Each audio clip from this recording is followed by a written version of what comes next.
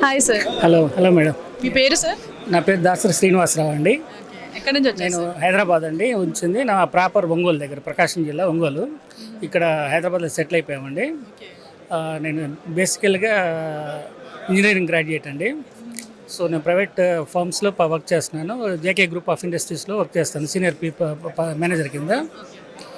So ఇటువంటి అకేషన్కి రావటం అనేది ఫస్ట్ టైం యాక్చువల్గా. ఇట్లాంటి గ్యాదరింగ్స్ అయితే డిఫరెంట్ ఫోరమ్స్లో అటెండ్ అయ్యాను. కానీ కమ్యూనిటీ బేసిస్ మీద ఫస్ట్ టైం హైదరాబాద్లో రావటం అనేది ఫస్ట్ టైం. చాలామంది వచ్చారు, చాలామంది వచ్చారు. చాలామందిని వేరే ఫోరమ్స్లో చూశాను, నేను వీళ్ళని మీట్ అయ్యాను. బట్ ఇట్లా కమ్యూనిటీ బేసిస్ మీద జాయిన్ కావటం, మీట్ కావటం, అందరితో షేర్ చేసుకోవటం అనేది ఫస్ట్ టైము. సో పీపుల్ అనేది all sorts of people, all areas నుంచి వచ్చిన వాళ్ళు, డిఫరెంట్ ఎక్స్పోజర్ ఉన్న వాళ్ళు అందరూ వచ్చారు. కాబట్టి నాతో పాటు చాలామందికి ఇది నెట్వర్కింగ్కి చాలా బాగుంటుంది. ఏంటంటే అది కెరీర్ పరంగా కావచ్చు, లేకపోతే సోషల్ మూమెంట్ కావచ్చు, లేకపోతే కొన్ని ఫ్యామిలీ ఇష్యూస్ కానీ ఏదైనా సరే. సో ఇంతమంది కలవటం అనేది ప్రతి వాళ్ళకి మంచిగా జరుగుతుందని, బాగా జరుగుతుంది. సేమ్ టైం కొంతమంది యంగ్స్టర్స్గా ఉన్నారు, కొంతమంది ఎల్డర్ పీపుల్ ఉన్నారు, ఆల్రెడీ ఎస్టాబ్లిష్డ్ సొసైటీలో ఉన్న వాళ్ళు ఉన్నారు.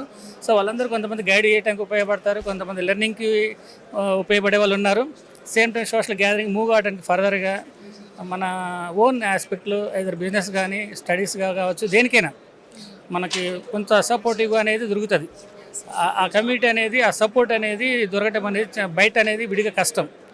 సో ఈ టైప్ గ్యాదరింగ్స్లో అయినందువల్ల ఏమవుతుందంటే మనకి సోషల్గా మూవ్ అవుతున్నది, సేమ్ టైం మన ఓన్ గ్రోత్కి కూడా ఉపయోగపడుతుంది.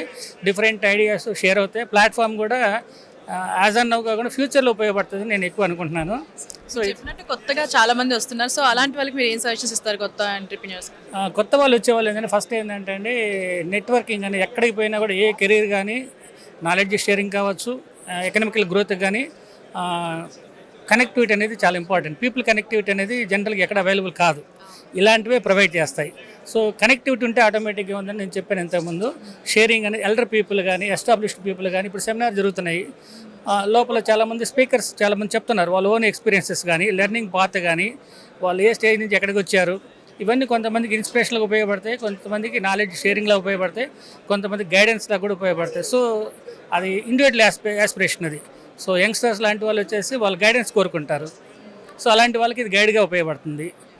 అలాగే కొంతమంది లిటిల్ బిట్ ఎక్స్పీరియన్స్ ఉన్న వాళ్ళు ఫర్దర్ గ్రోత్ కావాలంటే నాలెడ్జ్ షేరింగ్ కోసం మిగతా వాళ్ళతో మాట్లాడటం కానీ, మిగతా వాళ్ళతో ఎంగేజ్ కావటం కానీ, సో ఫ్యూచర్ గైడెన్స్ కానీ వాళ్ళకే అవైలబుల్ అవుతుంది.